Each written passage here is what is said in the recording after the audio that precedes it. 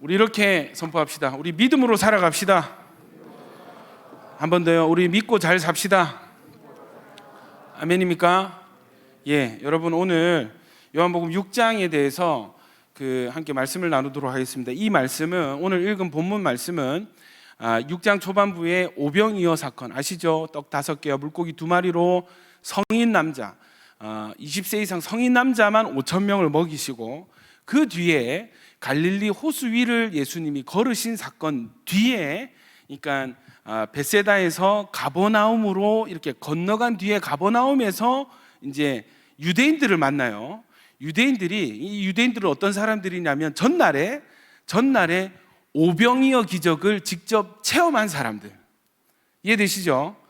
오병이어를 체험했습니다. 여러분 이게 무슨 뜻이냐면 예수님이 나눠주는, 분명히 뗄 때는 떡 5개 물고기 2마리였는데 우리가 먹고 다 걷어들이니까 12바구니가 남은 것을 직접 보고 주님이 직접 건네주신 그 떡을 입으로 씹어서 삼켜서 소화시킨 사람들, 그 사람들이 지금 그 이튿날 또 이 만나 기적을 기대하면서 예수님께로 나왔어요.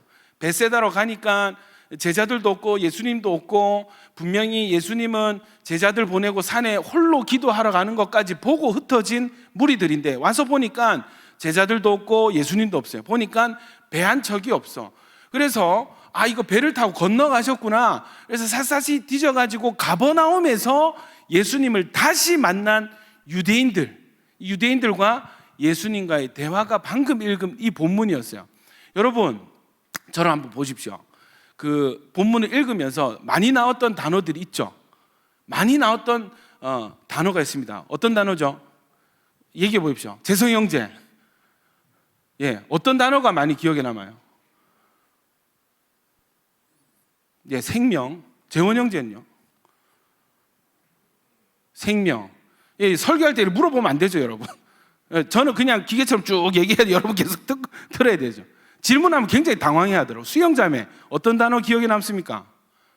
떡, 떡 좋아하세요? 오늘 교육부서에서 간식이 떡이 나왔던데, 할렐루야. 예. 우리 샐러드 팀 또, 우리 태용이, 김용태 형제. 예. 떡 좋아하십니까? 떡 또. 오늘 생일인데 달래자매, 어떤 단어 많이 생각나세요? 떡. 다들 먹는 거예요, 그죠?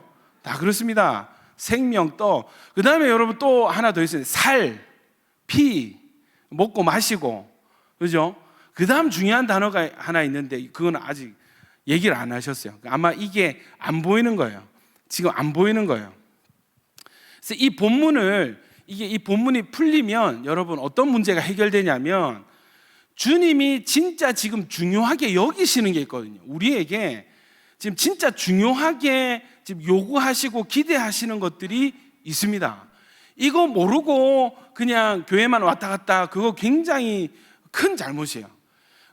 고급 뷔페 가가지고, 제가 항상 하는 비유입니다. 고급 뷔페 가가지고, 여러분 뷔페도 그 식당마다 다 다른 거 아십니까, 여러분?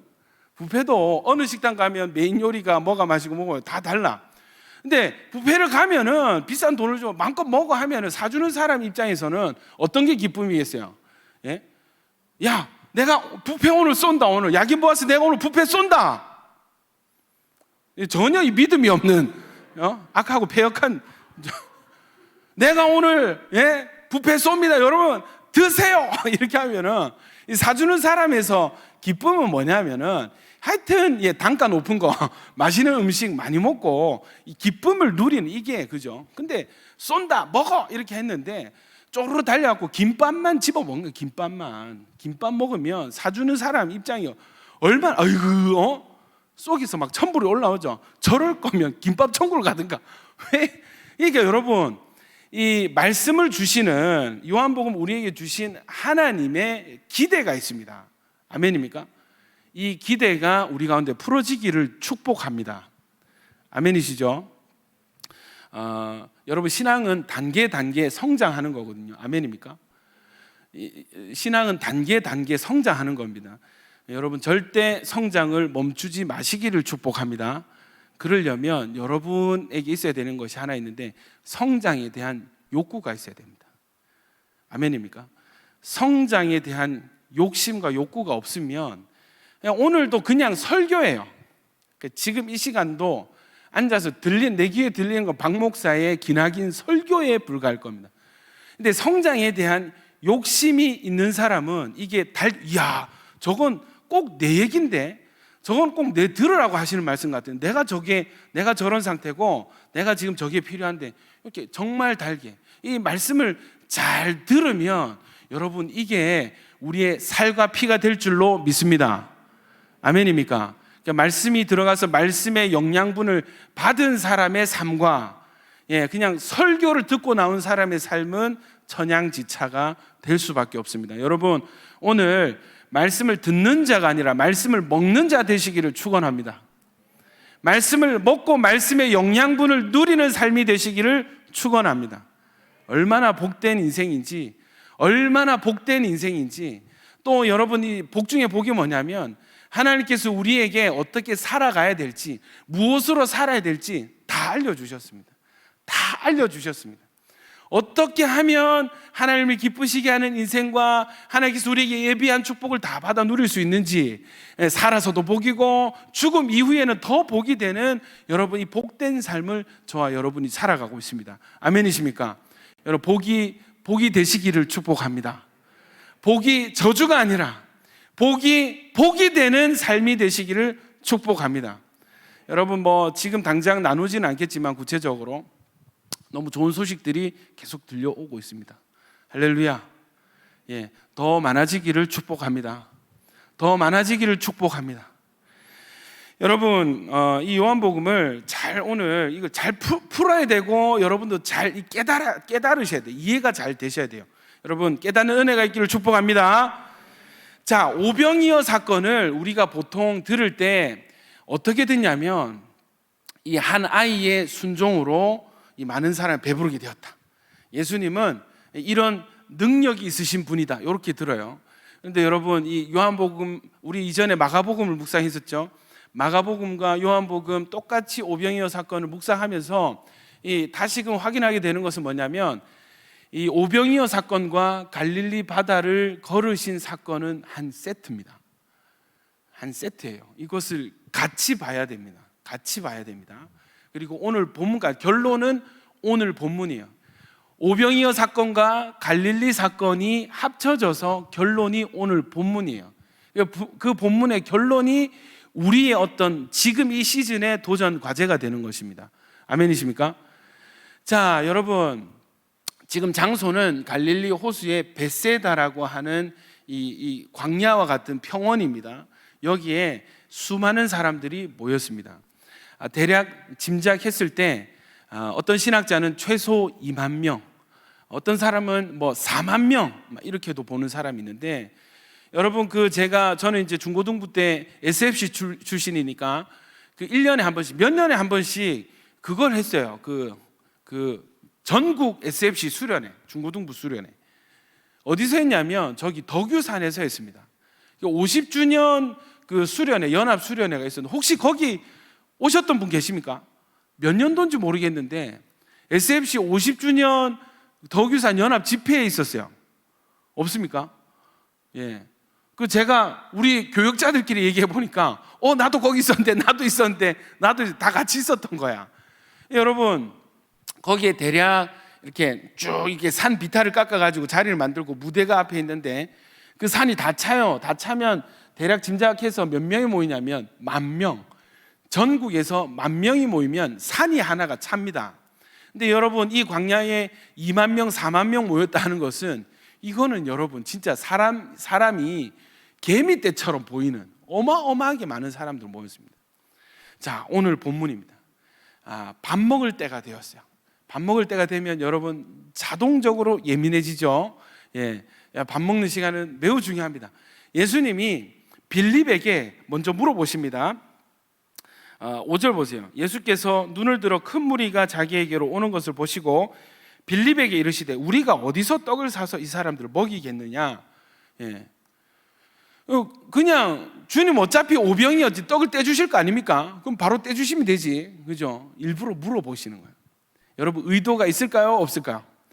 의도가 있습니다. 거기에 뭐라고 하시냐면 6절 보십시오. 이렇게 말씀하시면 친히 어떻게 하실지를 아시고, 자, 이후에 예수님이 어떤 행동으로 어떤 결과를 낳으실지를 예수님 이미 아시고 빌립을 뭐 하고자?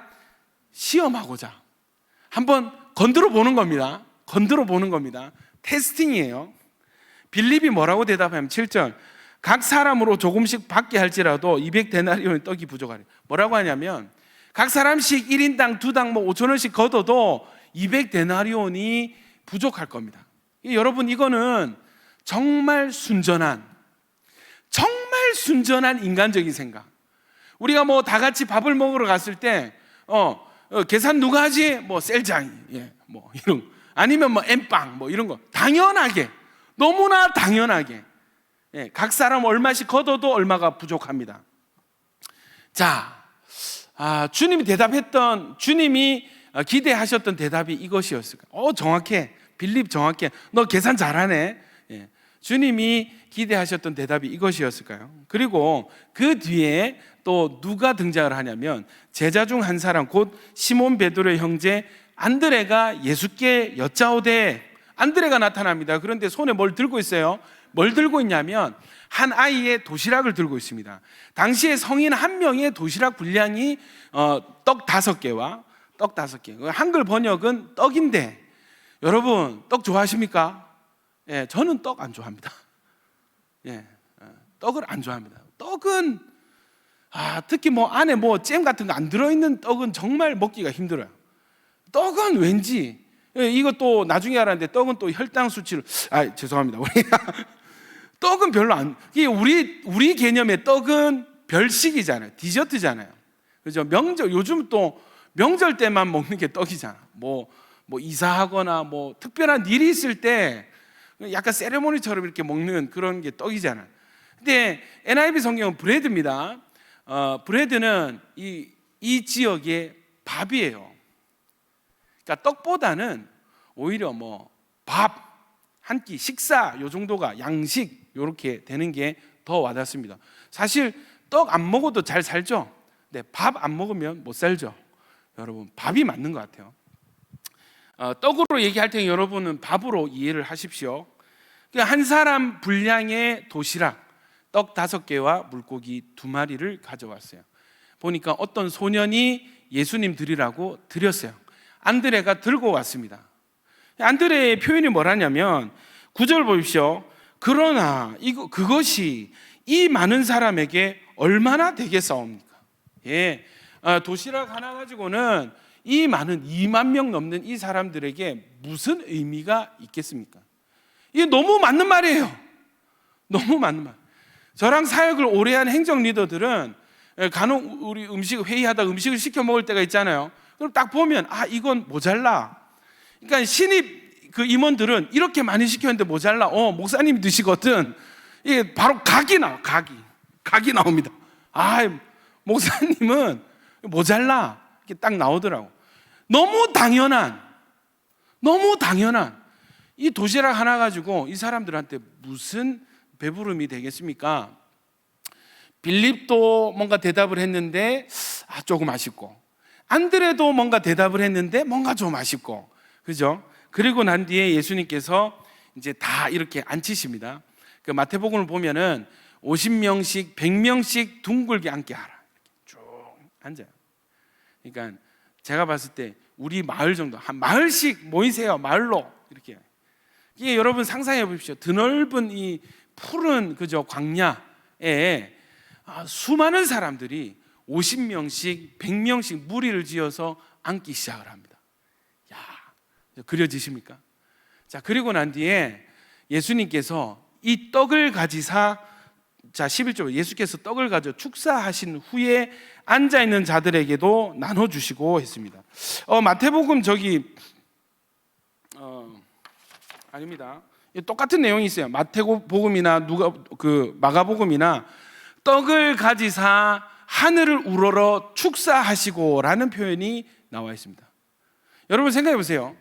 배가 저녁 때가 됐고 밥 먹을 시간이 됐는데 예수님이 제자들 시켜가지고 50명씩 앉으세요, 100명씩 앉으세요. 막 뭐 하나 뭐 주나 기대감이 차오르겠죠. 그들의 시선이 어디를 향하겠습니까? 광야에 앉아 있는 이 유대인들의 시선이 어디를 향하겠어요? 다 예수님 보는 거예요. 제자들 보는 거예요. 예수님 무슨 행동을 하십니까? 이 떡을 가지사 하늘을 우러러 축사를 하십니다.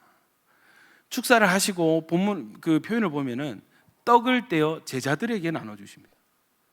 제자들 수가 몇 명이죠, 여러분? 12명입니다. 자, 떡 5개와 물고기 2마리를 어떻게 12명에게 나눠 줍니까? 떡만 떼면 돼. 물고기 2명 주고 10명 남았죠. 떡 5개죠. 떡을 반쪽씩 찢으면 12명이 어떤 사람 물고기 1마리, 어떤 사람 떡 반쪽 들고 있는 겁니다. 여러분, 이건 확인된 바는 없습니다.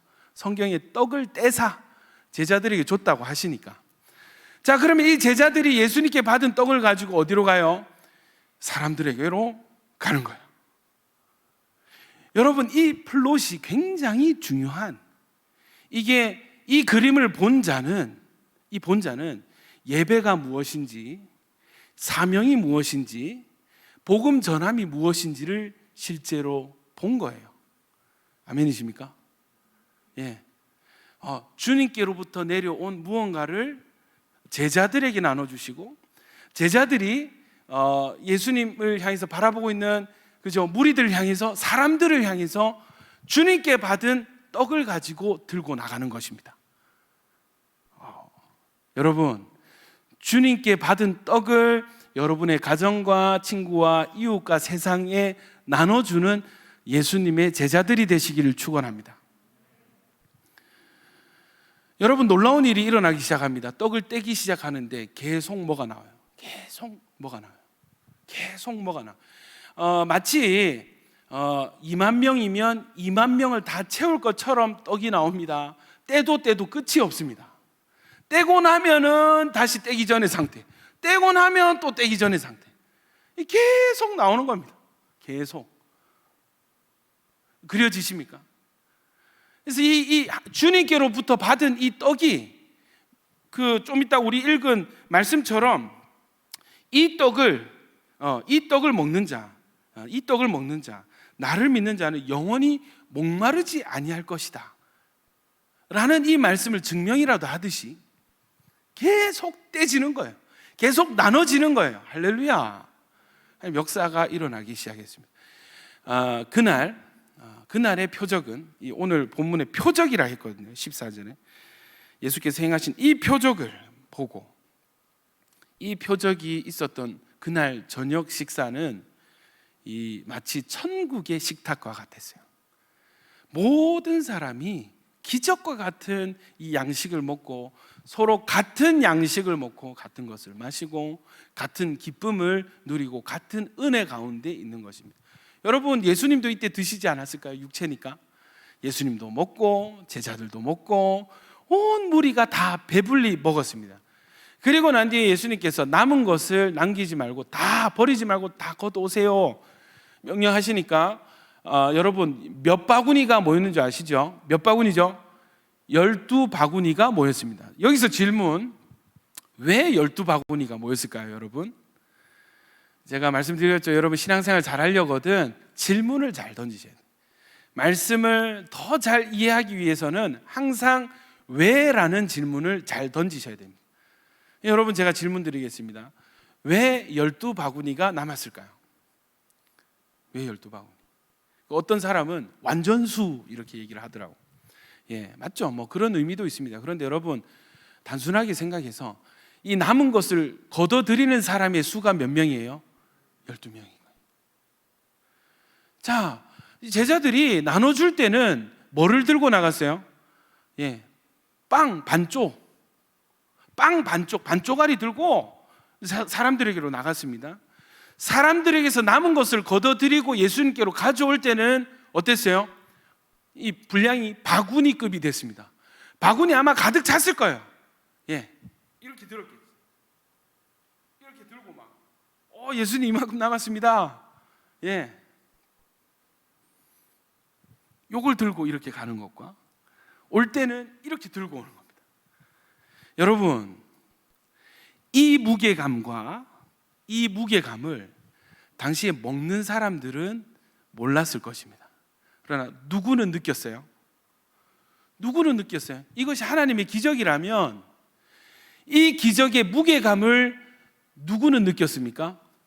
제자들은 느꼈어요. 이해되시죠? 여러분, 이 본문을 설교하시는 목사님들 설교를 들어보니까 공교롭게도 다른 교회도 지금 이 본문 가지고 오늘 주일 설교를 하는 교회가 있더라고요. 듣다가 나왔는데 그 주인공을 누구로 잡냐면 소년, 작은 이 순종, 뭐 이런 내 것을 포기하고 헌신한 이 소년의 이 초점을 맞추는 설교가 많더라고요.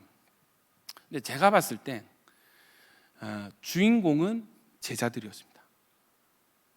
이 표적은 2만 명을 배불리기 위한 표적이 아니었어요. 이 믿음은 제자들을 향한 뭔가가 있었습니다. 이 제자들을 향한 뭔가의 어떤 의도가 있었는데 이 의도가 잘 전달됐을까요? 또 질문. 전달이 안 됐습니다. 전달이 잘 되지 않았습니다. 여러분, 이 무게감, 이 먹어본 사람, 맛은 알겠죠 다. 근데 이 무게감은 제자들만 느꼈어요. 그럼 이 느낀 무게감만큼 뭐가 생겨야 될까요? 그거. 갈 때는 내가 받을 때는 요만큼이었는데 올 때는 이만큼이었. 요것과 이만큼의 차이만큼 여러분 뭐가 내 안에 생겨야 됩니까? 그거를 잘 기억하십시오. 그게 있어야 돼요. 여러분, 제 생각에 믿음은 무게가 있습니다. 믿음은 내 안에 믿음이 있다라고 하는 그 사실은 믿음에 대한 무게감을 포함하고 있습니다. 아멘입니까? 믿음이 있다면 그 믿음에 대한 경험이 반드시 있어야 됩니다. 할렐루야.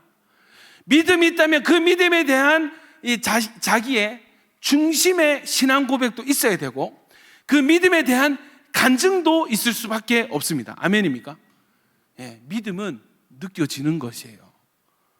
믿음은 목에 칼이 들어와도 부인할 수 없는 것입니다. 믿음이 없는 사람들이 내가 믿음이 있나 믿음이 없나 의심해요.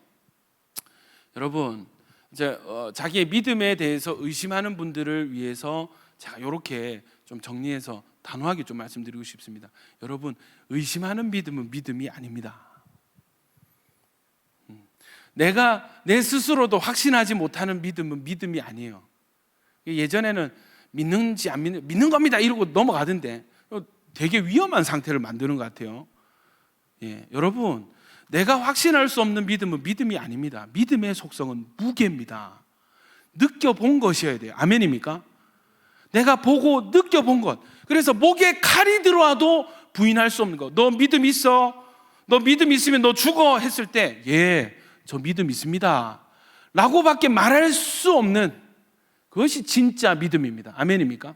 너 믿음 있어? 잘 모르겠는데요. 여러분, 저는 그 믿음이 진짜 있는 믿음인지 저는 없는데 믿음 있습니다, 있는 겁니다 라고 말할 수가 없습니다. 제 신앙 양심상 저는 절대 그렇게 여러분을 지도할 수가 없습니다. 믿음이 없습니까? 믿음이 없습니까? 믿음이 의심되세요? 믿음을 향해서 나아가십시오. 믿음의 확실한 곳에 서십시오. 아멘입니까? 자, 여러분, 이 엄청난 기적 후에 이 유대인들의 반응이 어떻게 나타났냐면, 자, 15절 보십시오. 예수께서 그들이 와서 자기를 억지로 붙들어 임금으로 삼으려는 줄 아시고 다시 혼자 산으로 떠나가시니라. 자, 여기서 우리 평행 본문이죠. 똑같은 사건을 기록하고 있는 다른 본문을 보면은 마태복음 14장 보십시다. 이 당시의 분위기가 어땠는지. 14장 22절 다 같이 읽습니다. 시작. 예수께서 즉시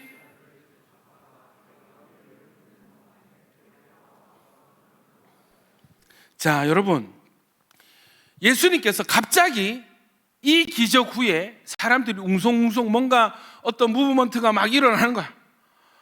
갑자기 제자를 향해서 즉시 야 너희 빨리 배를 타고 건너편을 빨리 건너가, 등을 떠밀기 시작하십니다.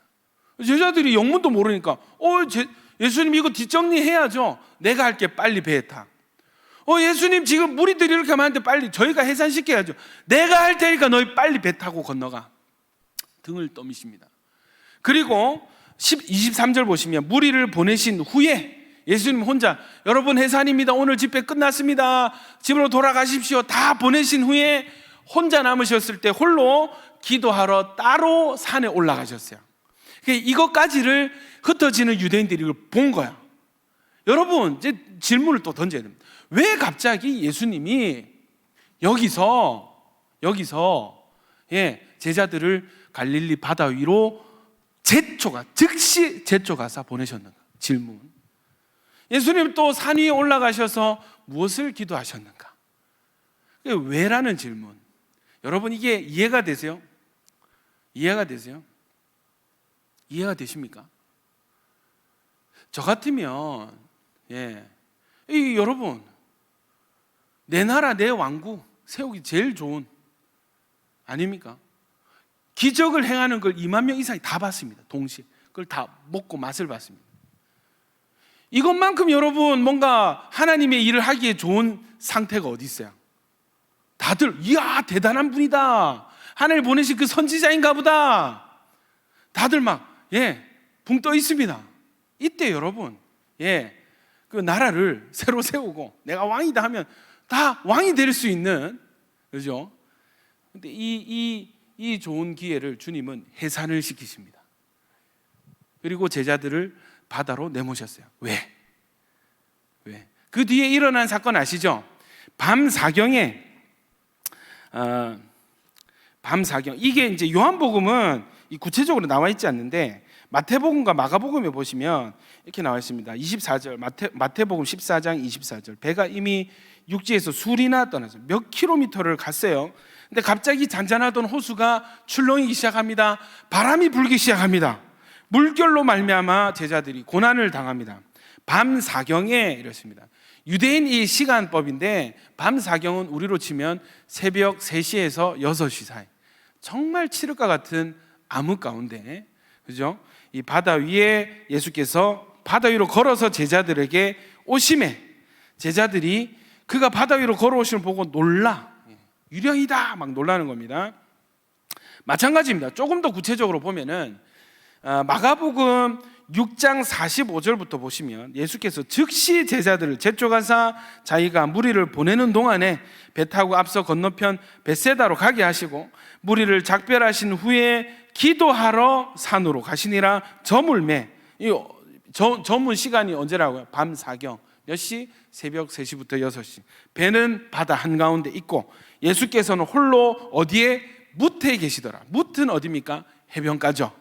예수님 이전까지 어디 있었습니까? 기도하러 산에 올라가셨습니다. 기도가 끝난 거야.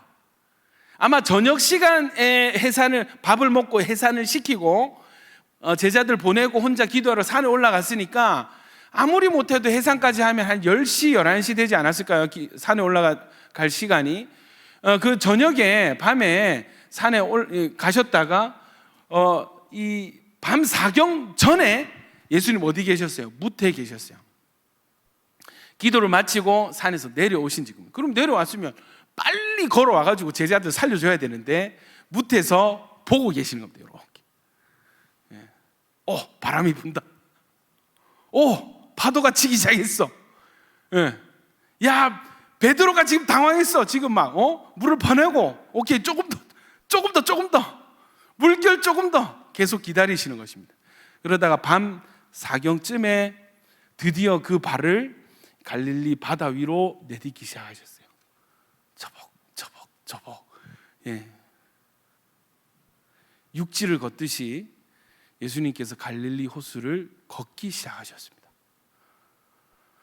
여기서 아까 질문했죠. 왜? 굳이 왜? 여러분,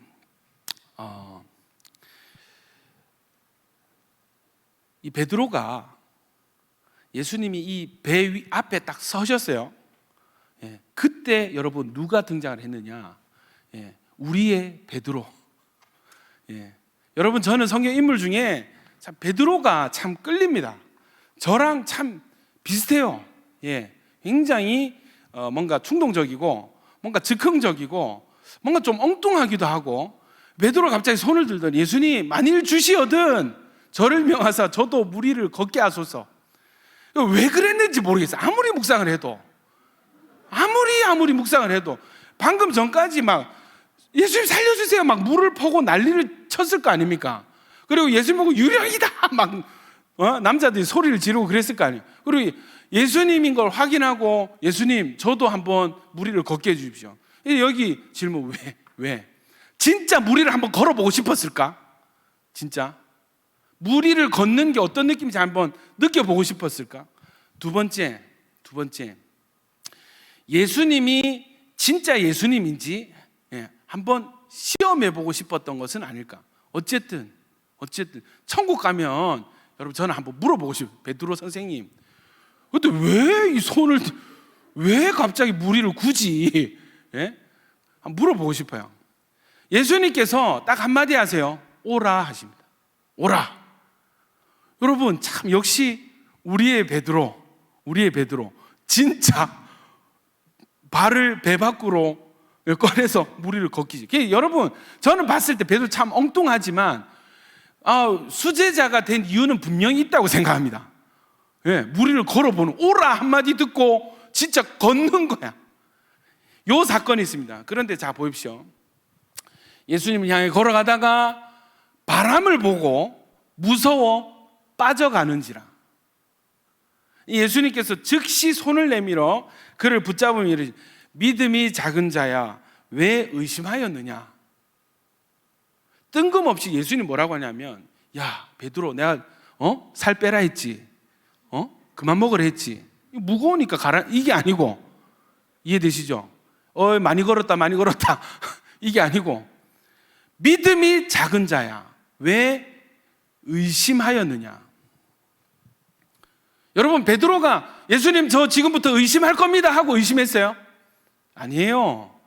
아마 제 생각에는 베드로는 자기가 의심했는지도 인지가 안 됐을 겁니다. 베드로를 지배했던 감정은 두려움이었어요. 그러나 예수님은 그 두려움의 상태를 뭐라고 규정했습니까? 뭐라고 정의 내렸습니까? 너 방금 의심했어. 여러분 그거 아세요? 그거 아십니까? 우리가 느끼는 감정과 우리의 지금 상태와 내가 느끼는 내 상태와 주님이 정의 내리는 그 상태가 다를 수 있습니다. 난 건강해요. 난 이상 없어요. 난 건강한 것 같아요. 내가 생각하는 내 상태와 의사가 나를 진단하고 판단하는 내 상태가 다를 수 있습니다. 누구 말을 들어야 될까? 당연히 의사죠. 여러분 베드로는 바람을 보고 두려워했는데 예수님은 이것을 너 의심했어, 그리고 너 지금 믿음이 너무 작아 라고 정의 내리시는 것입니다. 믿음과 두려움, 의심, 이 세 가지가 여러분 이 갈릴리 바다 한가운데서 함께 드러나고 있어요. 여러분 예수님은 베드로를 향해서 너 믿음 전혀 없구나, 너 믿음 빵점이구나 하지 않으십니다. 그러나 여러분 믿음이 있는 것과 믿음이 적고 큰 것은 다른 문제예요. 다른 문제입니다. 주님이 원하시는 믿음은 무엇일까? 성경에 보면 큰 믿음이라 칭찬받았던 사람들이 있습니다. 여러분 적은 믿음 되지 마시고, 아니 없는 믿음 되지 마시고 있는 믿음 되시기를 축원합니다. 믿음이 있으시길 축원합니다. 믿음이 생겨나시길 축원합니다. 그리고 여러분 두 번째는 여러분 안에 있는 그 믿음이 적은 믿음이 아니라, 두려워하는 믿음이 아니라, 의심하는 믿음이 아니라 큰 믿음 되시기를 예수님 이름으로 축원합니다.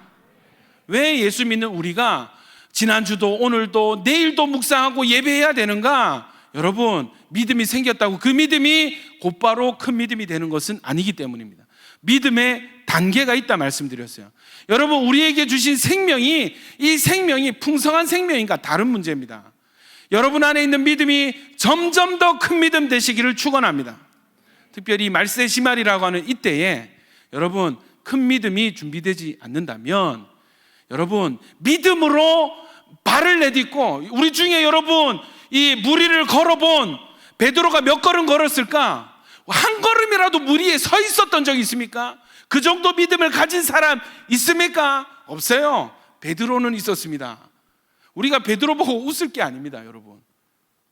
우리 비교할 수 없는 믿음이에요. 여러분, 예수님이 베드로 제자로 부르실 때 베드로는 자기 직업 다 포기했습니다. 배와 그물을 버려두고 자기 결혼한 아내와 자녀들과 장모님과 부모님 다 버려두고 예수님을 쫓았습니다. 이게 보통 믿음이겠어요? 너 예수 믿어? 아멘. 그럼 너 직장 바꿔. 순종할 수 있겠어요? 직장 바꾸는 것도 여러분 순종하기 힘듭니다. 근데 너 예수 믿어? 아멘. 그럼 너 직장 그만둬. 나 따라와. 할 수 있겠어요? 작은 믿음이야. 우리 보기에 베드로가 웃겨 보여도 시작부터 클래스가 달랐어요. 물 위에 서본 사람입니다. 걸어본 사람이다.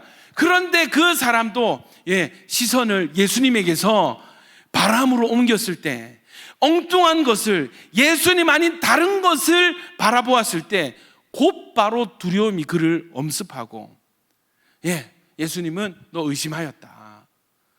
너 의심한 거야 라고 말씀하셨어요. 여러분, 베드로가 이 정도면 여러분 우리가 믿음으로 시작했다 할지라도 얼마나 많은 인생의 파도와 바람이 우리를 향해서 불어옵니까? 믿음은 이 불어오는 파도와 바람 속에서 예수님께 내 시선을 고정하는 것이 믿음인 줄 믿습니다.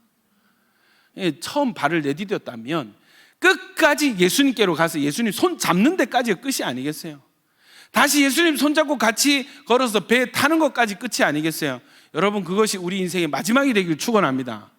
믿음으로 시작하셔서 믿음으로 끝나는 여러분 되시길 축원합니다. 작은 믿음이라면 날이 갈수록 그 믿음이 커지게 되는 여러분 되시길 축원합니다. 뭐가 안타깝냐면, 목회를 하면서 뭐가 안타깝냐면 생명이 없던 사람이 생명이 생긴 너무 감사한 일이죠. 너무 감사한 일입니다. 생명이 있는 것 자체로만 만족하고 사는 거예요. 믿음이 없는 것보다 믿음이 있는 건 너무 감사한 일이죠. 근데 본인의 지금 믿음이 너무나 적은 믿음, 지금 바닷속으로 가라앉고 떠내려가는 그런 믿음인데, 그런 믿음으로 충분합니다, 나는 만족합니다, 나는 믿습니다 하고 그냥 그 상태로 자기 믿음을 내버려 두는 분들을 볼 때 저는 안타까워요. 진짜 주님의 뜻과 말씀을 모르는 사람인 것 같아요. 여러분, 우리의 믿음은 날이 갈수록 새롭고 날이 갈수록 커져가야 될 줄로 믿습니다. 할렐루야.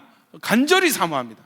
저는 더 큰 믿음이 있어야 되고, 저는 그렇게 되리라 저는 확신하고, 그렇게 되기 위해서 잘 준비하기로 결단했습니다. 할렐루야. 저는 더 큰 믿음이 필요해요. 목회자로서 저에게 더 큰 믿음이 필요해요. 저는 제 믿음이 더 커졌으면 좋겠어. 그래서 더 큰 주님의 일들, 더 많은 영혼들에게 예수님 증거할 수 있었으면 좋겠습니다. 그게 제 바람입니다. 여러분 안에도 이 마음의 소원이 전이되기를 축원합니다. 주님, 나에게 믿음 주신 건 너무 감사합니다. 그런데 이것으로 충분하지 않습니다. 주님, 저의 작은 믿음을 더 크게 날이 갈수록 더 성장하는 믿음이 되게 하여 주시옵소서. 믿음의 장성한 분량에 이르게 하여 주시옵소서. 아멘. 자, 여러분, 이 사건의 결론이 어떻게 났는가? 먼저 여러분, 왜 예수님께서 제자들을 빨리 갈릴리 바다로 재촉하셨는지 마가복음에 보면은 이때 이 상태에 대해서 이렇게 정의를 내리고 있습니다. 마가복음 6장 52절 같이 읽습니다. 시작. 이는 그들이 그 떡 떼시던 일을 깨닫지 못하고 도리어 그 마음이 둔하여졌음이로라. 자, 여러분, 왜 제자들이 예수님을 이 사건을 보고 크게 놀랐는가? 이 떡을 뗄 때 유대인들조차도 예수님 대단한 분이다, 오리라 하신 그 선지자가 저분이신갑다, 다 인정을 했어요. 근데 어떻게 돼요? 이거는 이건 진짜 믿음 아니었습니다. 이 유대인들의 열매가 뭐예요? 예수님을 이 세상의 임금으로 삼으려 했습니다. 여러분, 예수님은 왕이십니다. 아멘이십니까? 예수님은 만왕의 왕이세요. 근데 이 땅의 대통령 정도, 뭐 총리 정도 하시려고, 황제 정도 되시려고 이 땅에 오신 분이 아닙니다. 아멘이십니까?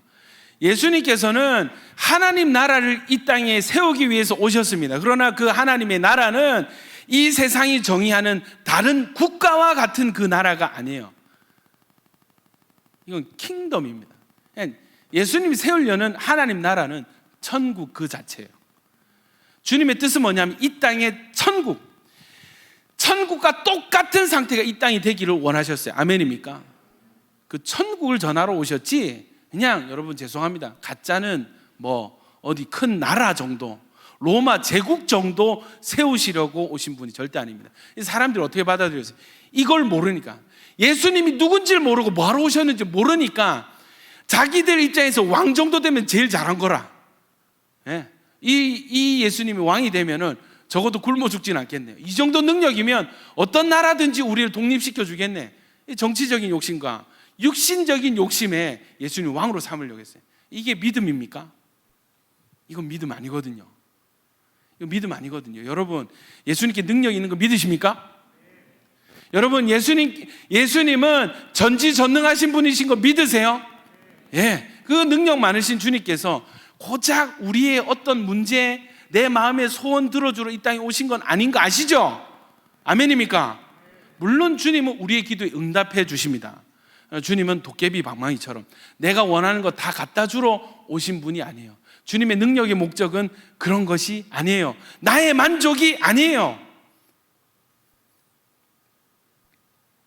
주님은 하나님의 뜻과 하나님의 일을 행하시러 이 땅에 오셨습니다. 또 질문, 하나님의 뜻과 하나님의 일은 무엇인가? 오늘 본문에 나오는 것입니다.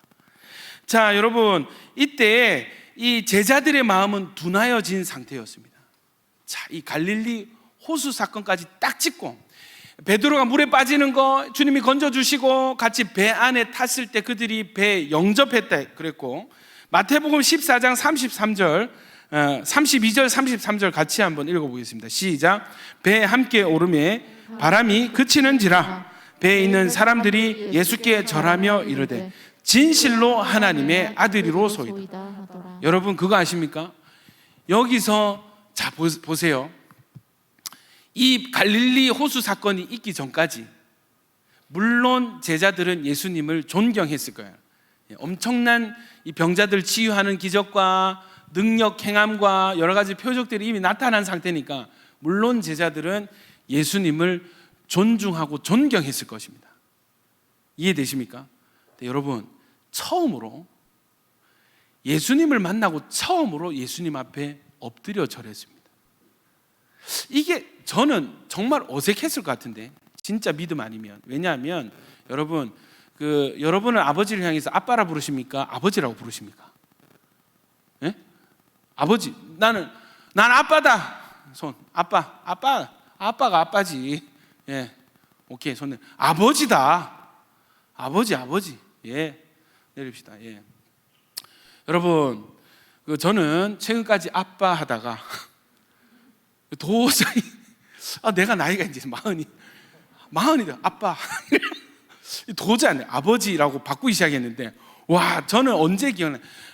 아버지 어릴 때 아버지한테 반말했어요. 근데 이 사춘기 때 존댓말 쓰라 하셔가지고, 예, 뭐 아버지 식사하셨어요? 하는데 이게 막 온몸에 닭살이 돋고 막 못 참겠더라고. 너무 어색하더라고. 아빠 하다가 아버지 이렇게 하니까 너무 거리감 느껴지고 뭔가 어색하고 있잖아요. 여러분, 엎드려 절했습니다. 예수님께 처음으로. 예수님 식사하시죠? 예수님, 예.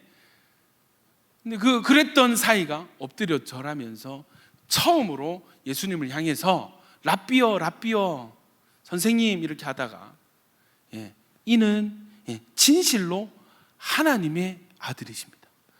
당신은 참으로 하나님의 아들이십니다 하며 엎드려 절하는 거예요. 여러분, 오병이어 사건과 갈릴리 호수 사건의 결론은 제자들의 믿음이었습니다.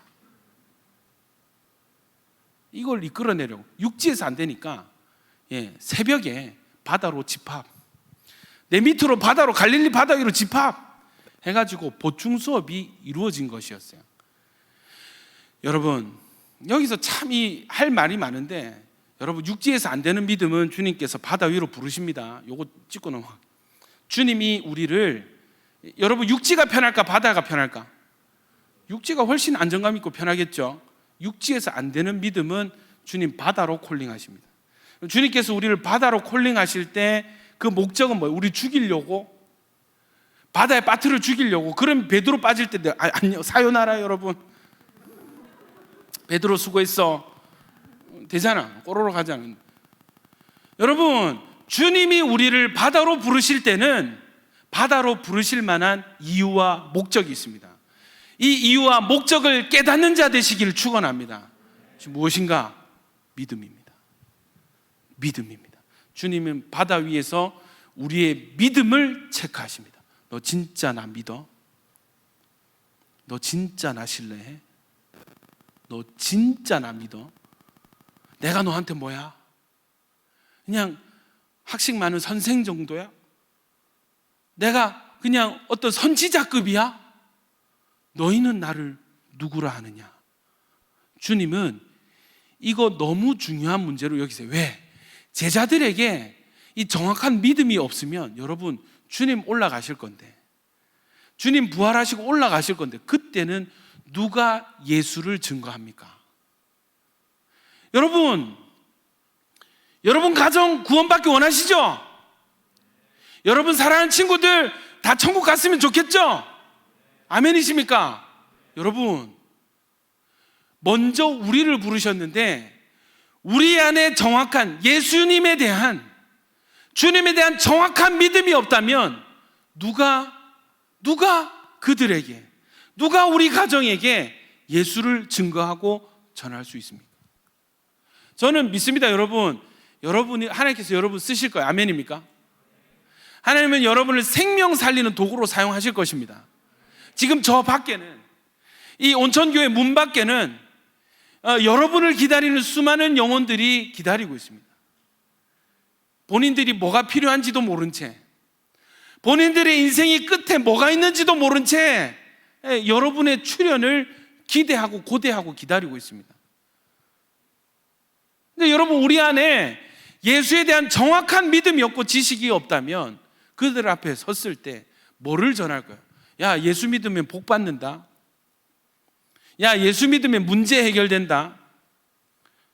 여러분 문제 해결은 용한 의사나 점쟁이도 할 수 있습니다. 무당도 하는 것입니다. 세상에 돈 많은 사람도 할 수 있습니다. 여러분 그러나 영혼의 문제, 죽고 사는 문제, 이 죄에 대한 문제는 오직 예수님밖에 할 수 없습니다. 아멘입니까? 예수님이 어떤 분인지 우리 안에 정확한 믿음이 없다면 여러분 가족이 살길 바랄 여러분 마음이 어떻게 이게 실현이 되겠습니까? 누가 그들에게 복음을 전하겠습니까? 누가 그들에게 예수가 누구신지 누가 그들에게 전하겠습니까? 먼저 저와 여러분에게 예수님에 대한 정확한 믿음이 있기를 축원합니다. 정확한 믿음이 뭐예요? 하나님의 아들이심과 그리스도이심을 믿고 생명을 얻게 하려 합니다. 아멘이십니까? 여러분 제자들이 처음으로 이 사건 뒤에 예수님을 하나님의 아들로 인정했어요. 떡을 뗄 정도는, 이 정도는 선지자구나, 하늘 보내신 자구나. 근데 이분이 하나님의 아들이시다는 무리를 걷는 정도 되니까 깨달아지는 것입니다. 여러분 갈릴리 바다 위로 호출을 당하신 분이 계십니까? 여러분 예수님을 만나십시오. 예수님이 누구신지 알고 예수님을 정확히 믿고 고백하시기를 축원합니다. 그것이 여러분 잠깐의 문제가 해결되는 것보다 여러분 그것이 정말 궁극적으로 주님께서 기뻐하시는 열매인 줄 믿습니다. 자, 여러분 이 사건 뒤에 예수님은 이 배를 타고 가버나움으로 건너가요. 자, 지금 유대인들이 몰려오기 시작합니다. 그리고 예수님께 막 질문을 하기 시작해요. 뭐라고 질문했냐면 25절 바다 건너편에서 만난 랍비여 언제 여기 오셨나이까 하니 26절에 예수께서 대답하여 이르시되 내가 진실로 진실로 너에게 이르노니 너희가 나를 찾는 것은 표적을 본 까닭이 아니요 뭐한 까닭이라 떡을 먹고 배부른 까닭이로다. 여러분 예수님이 누구신지 모르니까. 요한복음을 푸는 두 가지 질문이 있는데 여러분 무엇을 믿을 것인가 어떻게 믿을 것인가 하는 문제가 있습니다.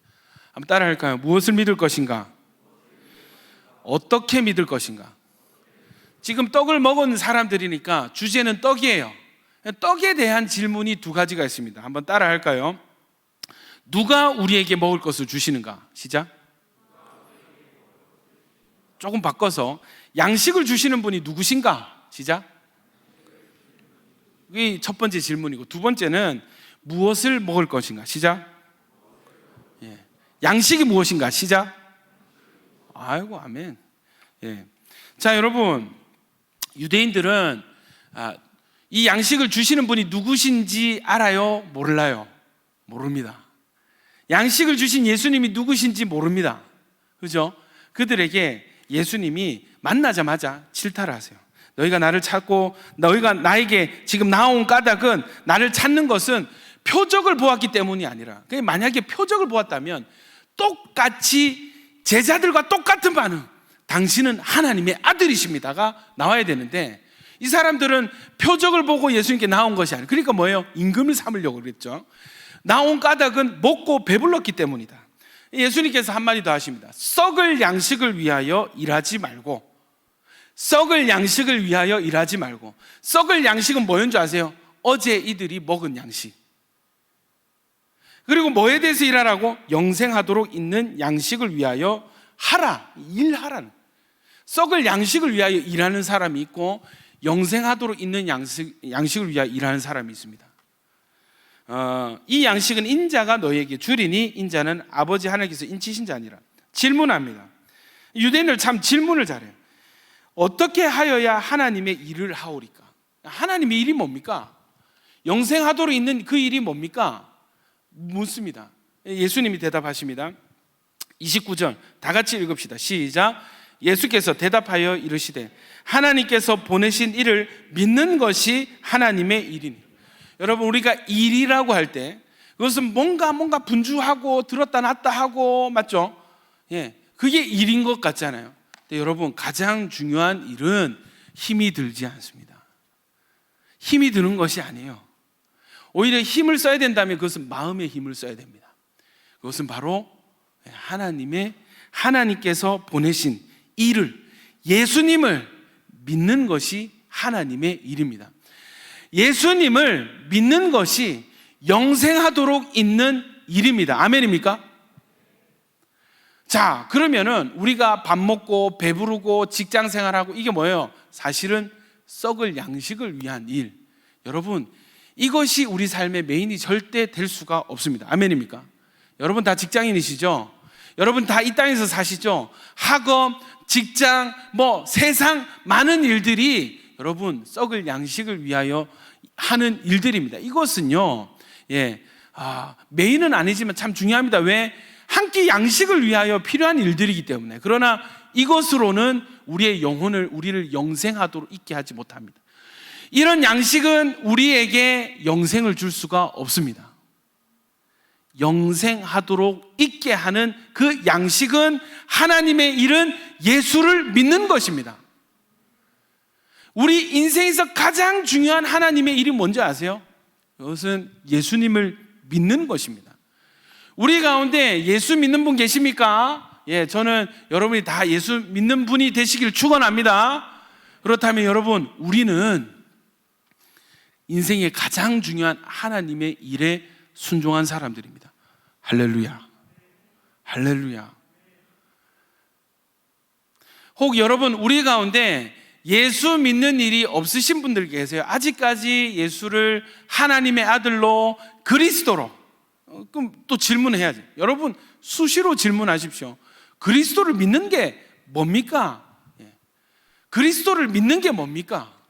좀 이따 설명하겠습니다. 여러분 그리스도를 믿지 않으시는 분들, 아직 믿지 않으시는 분들은 믿기에 되는 은혜가 있기를 축원합니다. 그것이 인생에서 가장 중요한 순종입니다.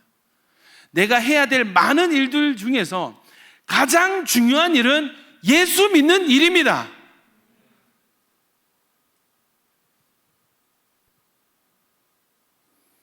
여러분이 예수 믿는 게요, 은혜 중에 은혜인 줄 믿습니다.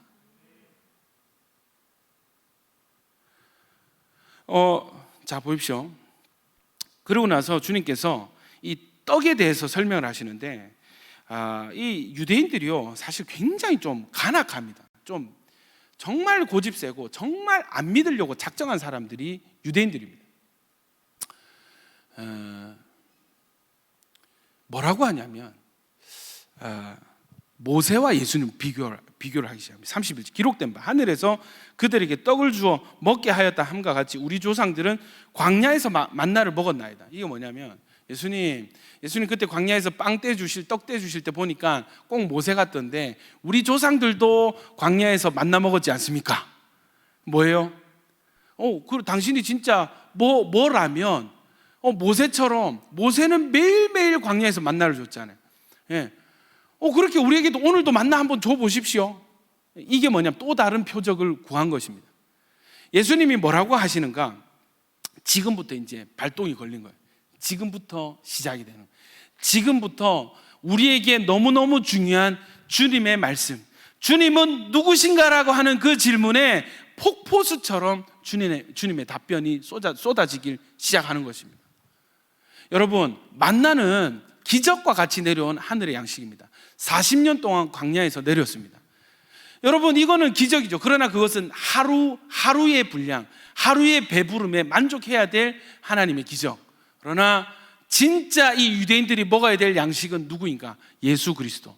이 예수 그리스도의 만나의 차이점은, 만나는 하루를 배부르게 하지만, 예수님은 영원한 배부름을 주시는 분, 영원히 목마르지 아니하는 영생을 주시는 분이 예수님이십니다.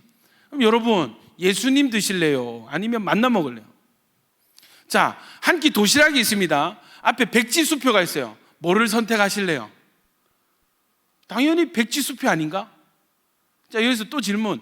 여러분 앞에 백지수표와 예수 믿는 길이 있습니다. 영생이 있습니다. 무엇을 선택하시겠습니까?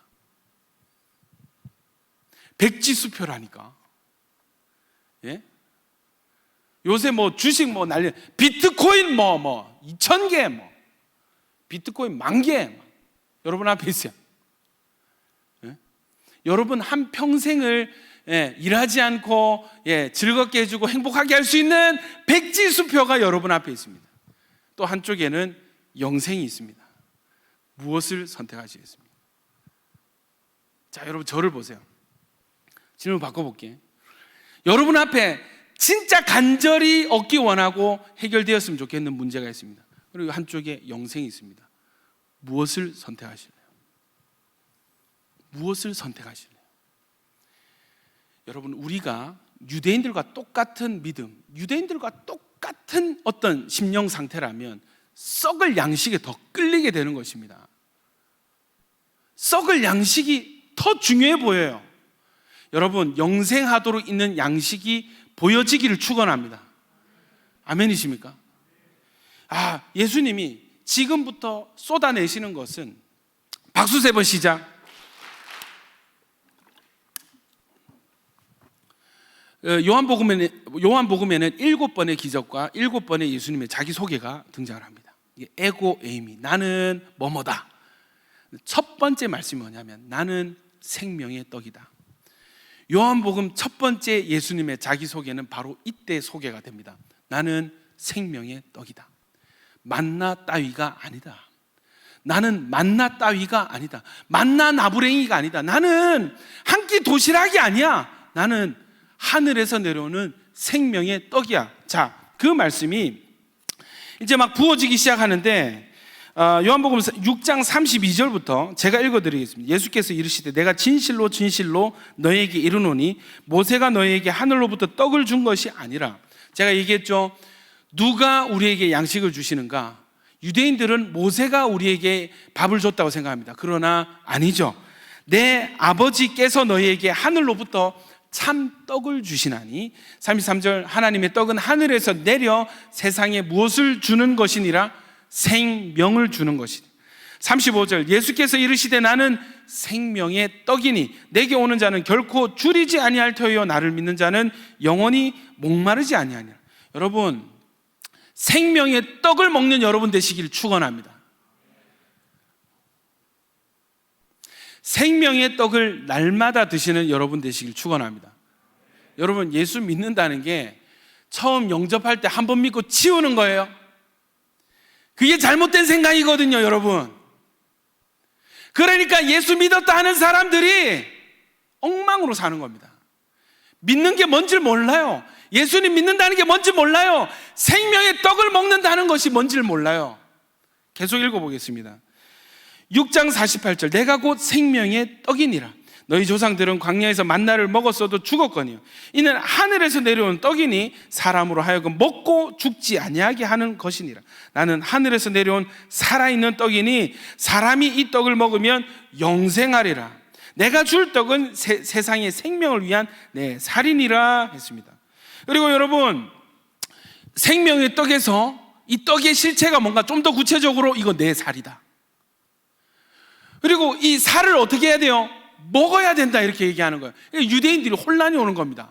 뭐? 살을 먹으라고? 예수님 뜯어 먹으라고? 인육을 먹으라고? 여러분 실제로 여러분 1세기 유대 사회와 로마 사회에 오해가 있었습니다. 뭐냐면 예수 믿는 사람은 사람의 살을 먹는다. 왜? 오늘 이 말씀을 오해했습니다.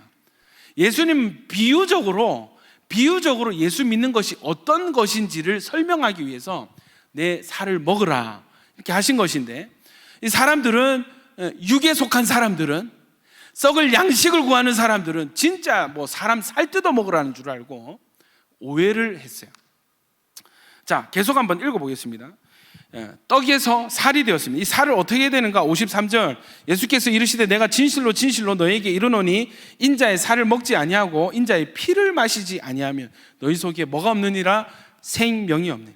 내 살을 먹고 내 피를 마시는 자는 영생을 가졌고 마지막 날에 내가 그를 다시 살리리니 내 살은 참된 양식이요 내 피는 참된 음료로다. 내 살을 먹고 내 피를 마시는 자는 내 안에 거하고 나도 그의 안에 거하나니 57절 살아계신 아버지께서 나를 보내시며 내가 아버지로 말미암아 사는 것 같이 나를 먹는 그 사람도 나로 말미암아 살리라. 그리고 또 58절 이것은 하늘에서 내려온 떡이니 조상들이 먹고도 죽은 그것과 같지 아니하여 이 떡을 먹는 자는 영원히 살리라. 할렐루야. 예수님이 자기를 내 생명의 떡이다, 하늘에서 내려온 떡이다 라고 6번을 강조해서 얘기해. 아니 이렇게 강조를 많이 할 수 있나? 내 살을 먹으라, 내 피를 마시라 3번을 연이어 강조를 하십니다. 할렐루야. 여러분 만나를 먹은 사람은 광야에서 다 죽었습니다. 자 보세요. 오병이어 사건에 예수님이 직접 떼어주신 그 기적의 떡을 먹은 사람들 다 죽습니다. 그러나 진짜 하늘에서 내려온 생명의 떡이 무엇인지를 알고 그 떡을 먹은 사람은 영원히 죽지 않습니다. 아멘입니까? 자 여기서 또 질문. 그러면 그 생명의 떡을 먹는 게 도대체 뭡니까? 생명의 떡이 도대체 뭡니까? 그게 뭐고 그것을 먹는다는 것이 무엇입니까? 이게 질문이 되어져야 됩니다. 왜냐하면 여러분에게도 생명이 필요하니까, 우리에게도 영생이 필요하니까. 아멘입니까? 자, 이제부터 그게 이제 풀어져야 되는 것입니다. 여러분, 결론은 제자들이 하나님의 아들을, 그리스도를, 예수님을 하나님의 아들로 그리스도로 믿고 영접하는 것이 생명의 양식을 먹는 것이에요. 아멘입니까? 자, 요한복음 1장 12절 영접하는 자 곧 그 이름을 믿는 자들에게 하나님 권세가 되는 주신다 하셨죠. 아멘이십니까? 자, 요한복음 2장 22절 보세요. 죽은 자 가운데서 살아나신 후에야 제자들이 이 말씀하신 것을 기억하고 성경과 예수께서 하신 말씀을 믿었더라. 아멘이십니까? 뭐를 믿었어요? 말씀을 믿게 되는 거예요.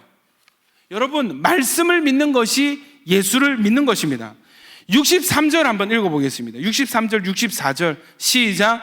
살리는 것은 영이니 육은 무익하니라. 내가 너에게 이른 말은 영이요 생명이라. 그러나 너희 중에 믿지 않은 자들이 있느니라. 여러분, 예수님의 목적은 내가 하나님의 아들이다. 유대인들이 특징 뭡니까? 우리는 선민, 우리는 하나님의 택함 받은 백성, 우리는 모세와 아브라함의 후손, 우리는 모세의 율법을 외우는 사람들, 말씀 아는 사람들, 예수 메시아 기다리는 사람들, 이게 그들의 정체성. 자, 그럼 여러분, 이 사람들이라면 예수님이 나타났을 때 뭐가 돼야 돼요? 우리가 기다리던 분이 바로 당신입니다. 당신이 우리의 유일한 구원자요, 하나님의 아들이시고 우리의 메시아 그리스도십니다. 아멘이십니까? 우리가 기다리던 왕이 바로 당신이십니다. 할렐루야. 예수님을 믿게 되는 것입니다. 이것이 하나님께서 구약을 주신, 유대인을 미리 선택하신 이유와 목적입니다. 아멘입니까? 예수님 뭐라 그래요? 살리는 것이 뭐라고요? 영입니다. 그럼 이 영은 뭔가? 이 영은 내가 너희에게 이른 말은 영이요 생명이라 했습니다. 요 잘 정리되시기를 바랍니다. 여러분, 영은 살리는데 영은 주님의 말씀입니다. 영은, 주님의 말씀은 생명입니다. 똑같이 요한복음 1장 태초에 말씀이 계시니라. 아멘이십니까? 이 말씀 안에 뭐가 있었고? 생명이 있었고, 이 생명은 사람들의 빛이니라. 아멘이십니까? 여러분, 영이 살립니다. 아멘. 영이 여러분을 살립니다.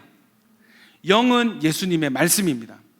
예수님의 말씀이 여러분에게 생명을 주는 것입니다. 할렐루야. 자, 그러면은 이 영은 예수님의 말씀이고 생명이잖아요. 어떤 사람이 있냐면 64절에 가룟 유다를 보고 너희 중에 믿지 아니하는 자들이 있느니라 했습니다. 믿지 아니하는 자. 주님이 기대하시고 원하시는 게 뭐예요? 믿는 것이거든요. 믿을 때 우리는 생명의 양식을 먹게 되는 것입니다. 할렐루야. 자, 여러분, 예수님이 누구신지를 정확히 알고 예수님을 믿을 때 생명이 오는 거예요. 여러분, 예수님 믿습니까? 자, 대답해 보세요. 자, 이제 마무리예요. 지금부터 중요합니다. 이 순간을 위해서 달려왔습니다. 여러분, 예수 믿습니까? 여러분 안에 생명이 있습니까? 아멘 나와야지. 여러분, 예수 믿습니까? 여러분 안에 생명이 있습니까? 아멘. 아멘. 여러분, 우리가 예수를 믿는다는 것은 내가 생명의 양식을 먹었다는 것입니다. 이 양식을 먹으면 영생한데 있습니다. 이 생명이 얼마나 큰지 영원히 우리를 살아있게 합니다. 아멘이십니까? 생명이 저와 여러분에게 있습니다. 도구는 뭐예요? 믿음을 통해서. 이게 믿는다는 게 뭔지를 몰라. 여러분, 한 번 믿고 치우는 게 믿음이 아닙니다. 믿음의 어원이 뭐냐면 히브리어 원어는 아만입니다. 아만. 히브리어 원어는 아만. 한번 읽어보세요. 원뜻은 견고하다, 안정되다, 영구적이다, 확실하다, 틀림없다. 성경에서는 믿고 의지할 때 의뢰하다, 뭔가 주님께 맡기는 거야. 사건을 의뢰하다, 맡기는 거. 이게 믿는 거라고. 믿음이라는 이 원어 자체의 뜻이 여러분 흔들리는 거예요. 자, 저를 보세요. 믿음이라는 원어의 뜻 자체가 흔들리는 겁니까? 있다가 없는 겁니까? 잠수 타는 거예요? 아니잖아. 보세요. 견고하고 안정적이고 영구적이다. 그러니까 믿음이 있다는 것은 나에게 뭔가 견고하고 든든하고 탄탄하고 안정이 되어 있고 든든히 뿌리 내려가지고 영구적으로 어제도 있었고 오늘도 있었고 내일도 있을 것이고 영원토록 있을 것이 이게 믿음입니다. 한번 믿고 치우는 게 아니에요. 여러분, 영접할 때 새가족 교육받고 예수 이름으로 기도합니다, 나 예수 믿습니다 하고 수료하고 치우는 게 아니에요. 안 믿고 사는 게 아니에요. 한번 믿었으면 지금도 믿는 것이고 영원히 믿는 것이 그것이 믿음입니다. 성경의 용례는 틀어주세요. 아까 그거. 믿는다는 것은 의지하는 것을 뜻하는 것입니다. 야, 기대라. 응? 기댔어. 응? 다리가 안 좋거든. 기댔어. 내가 해볼게. 됐어 하고 픽 쓰러지고. 여러분, 이게 믿음이에요? 그건 믿음 아닙니다. 여러분, 의뢰하는 겁니다. 뭔가 문제가 생겼어. 일이 터졌어요. 내가 붙들고 끙끙거리는 것이 아니라 주님께 들고 가가지고 주님 맡아주십시오. 해결해 주십시오. 이게 믿음입니다. 의뢰하는 것이라고요. 여러분, 안타까운 것이 내가 어떻게 하려고 끙끙거리고, 당연히 내가 안 되지. 여러분, 주님이 원하시는 것은 믿음이거든. 하나님의 일은 믿는 거거든요. 아멘입니까? 주님 원하는 건 뭐냐? 야, 문제 있지? 들고 와. 나한테 맡겨. 의뢰해. 아멘이십니까? 그걸 믿음으로 인정하신다는 거죠. 믿음은요, 확실하고 틀림이 없는 것입니다. 의심하고 흔들리는 거, 긴가민가, 제가 말씀드려요. 믿음 아닙니다. 믿음은 확실한 것입니다. 틀리거나 변하거나 바뀌는 것이 아닙니다. 아멘이십니까? 믿음 뜻이 보세요. 영속적이고 불변한 것입니다. 여기에서 뭐가 나오는가? 여기서 파생된 단어, 교회에서 제일 많이 쓰는 단어, 우리 입에 붙어있는 그 단어 뭐예요? 아멘이에요. 입은 아멘인데, 뜻은 아만인데, 내 삶은 아만도 안 되고 아멘이 안 되는 거예요. 문제가 생기면 내가 붙들고 의뢰하질 않아요. 의지하질 않아요. 기대지를 않아요. 여러분, 기댄다는 게 뭔지 아세요? 힘든 일이 생겼습니다. 힘든 일이 생겼어요. 목사님 도와주세요. 목사님 문제 생겼습니다. 기도해 주세요. 그게 의뢰고, 그게 의지하는 것이지, 혼자 꿍 해가지고 내가 이리저리 알아버리고 전화 돌리고, 그게 여러분 믿음이 아니라고요. 주님은 우리에게 믿음을 기대하십니다. 아멘이십니까? 이게 또 헬라어 원어가 있어요. 다음, 피스티스라는 단어인데, 설득하다라는 뜻의 페이도에서 유래를 했습니다. 이게 뭐냐? 확신하다, 확신. 예수님이 나의 그리스도 되심을 확신한다. 아멘. 내 확신의 근거 예수 그리스도, 이게 믿음입니다. 아멘입니까? 자, 그리스도 따라, 예수는 그리스도 하나님의 아들. 아멘이십니까? 여기서 제가 나중에 따로 구체적으로 설교하겠습니다. 설교를 마무리하면서, 여러분, 예수가 그리스도라는 것은, 그리스도의 뜻은 원래는 메시아입니다. 메시아는 기름 부음 받은 자입니다. 그 이스라엘에서 어떤 행사를 해요. 누군가를 세울 때 기름을 부어요. 이렇게 기름 붓는 사람은 세 부류 중에 하나예요. 첫 번째는 왕을 세울 때 기름을 붓습니다. 사무엘이 다윗을 찾아가서 기름을 부었죠. 뭐냐면, 너 기름 부음 받은 자다. 당신은 왕이 될 것입니다. 이게 기름 부음 뜻입니다. 두 번째가 뭐냐면 선지자를 세울 때 기름을 부어요. 그리고 마지막 한 사람이 누구냐면 제사장이에요. 왕과 선지자와 제사장.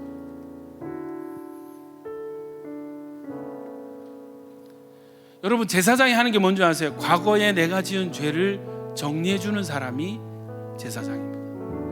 하나님과 끊어진 관계를 다시 연결시켜 주는 사람이 제사장입니다. 여러분, 예수님이 그리스도이시고, 그리스도이신 것을 내가 믿는다는 것은, 지금 내가 하나님과 끊어져 있는데 이 관계를 다시 이어주실 분이 예수님 한 분이라는 것입니다.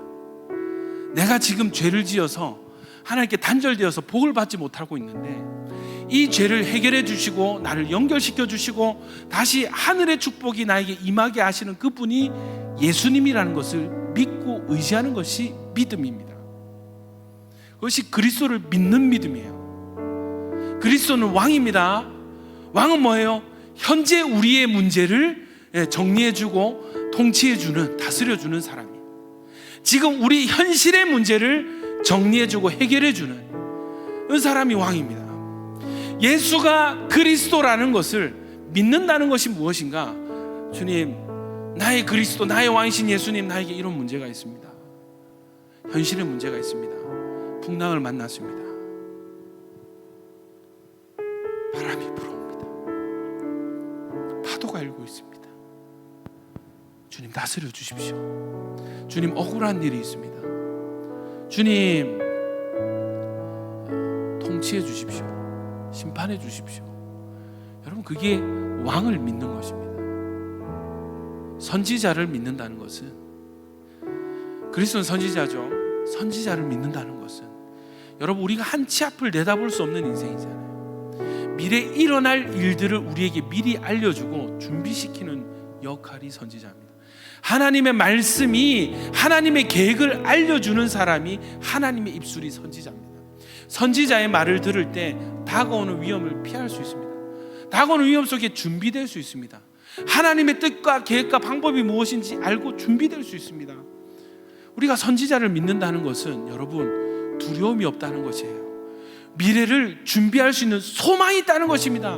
우리 미래에 소망이 있다는 것입니다. 여러분, 그리스도를 믿으십니까? 그냥 교회에서 가르치는 예수 믿으세요? 아니면 그리스도를 믿으세요? 아니면 예수님에 대해서 알고 계십니까? 아니면 그 예수님을 믿으십니까?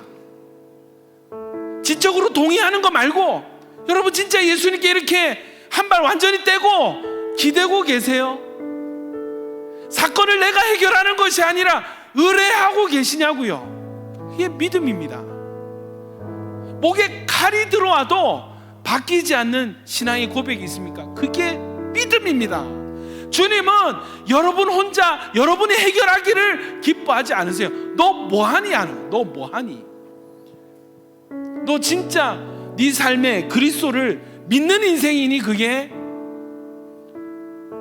그리스도가 있는 인생입니까? 없는 인생입니까? 여러분, 그리스도가 있는 인생이 되시길 축원합니다. 그리스도를 믿고 마음껏 의지하고 의뢰하는 여러분 되시길 축원해요. 주님이 그것 때문에 이 땅에 오셨다니까요. 영접하라. 제발 나를 하나님의 아들로 그리스도를 좀 제발 믿어라. 그래야 너희가 산다. 아멘이십니까? 여러분, 우리 이 시간에 영접할 때 새 가족에서 영접할 때 믿는 그 믿음 말고 지금 나의 믿음을 주님께 올려드렸으면 좋겠습니다. 지금 나의 믿음을 다시 결단하고 올려드렸으면 좋겠어요. 주님, 내가 붙들고 있던 문제 주님께 의뢰합니다. 주님께 암안합니다. 주님, 이거 가져가서 해결해 주십시오. 주님, 외롭습니다. 주님, 주님께 기대고 싶습니다. 주님께 기대겠습니다. 홀로 걸어왔던 길 이제는 주님께 기대어 가겠습니다. 여러분, 그게 믿음이라고요. 그게 그리스도를 믿는 것이라고요. 미래에 대한 불안이 있으세요? 여러분, 다가오는 어떤 파도와 풍랑에 대한 두려움이 있으세요? 여러분에게는 그리스도가 있습니다. 우리가 믿는 예수님은 선지자 역할도 하시는 분이세요. 여러분, 우리에게 우리 미래에 소망을 주시는 분이 예수님이십니다. 예수를 믿고 의지할 때 우리 보이지 않는 미래는 이미 소망으로 빛으로 가득 찬 인생이 되게 되는 것입니다. 과거에 씻을 수 없는 죄를 지었습니까? 크나큰 죄를 지었습니까? 걱정하지 마십시오. 과거에 큰 실수를 하셨어요. 걱정하지 마세요. 우리에게는 그리스도가 계십니다. 내가 믿는 분이 그리스도십니다. 아멘이십니까? 그분은 제사장 되셔서 어떤 죄라도 내게 들고 와라. 내가 씻어줄게. 내가 사해줄게. 여러분, 우리가 믿는 분이 그리스도십니다. 그리스도를 아는 사람 말고 믿는 사람 되시길 축원합니다. 여러분, 우리 이 시간에 주여 한번 외치고 기도할 때에 주님을 아는 사람 아니라 믿는 사람 되겠습니다. 주님, 홀로 내가 증명하고 내가 잘하는 것 말고 의뢰하는 사람, 의지하는 사람 되겠습니다. 여러분, 문제 있으세요?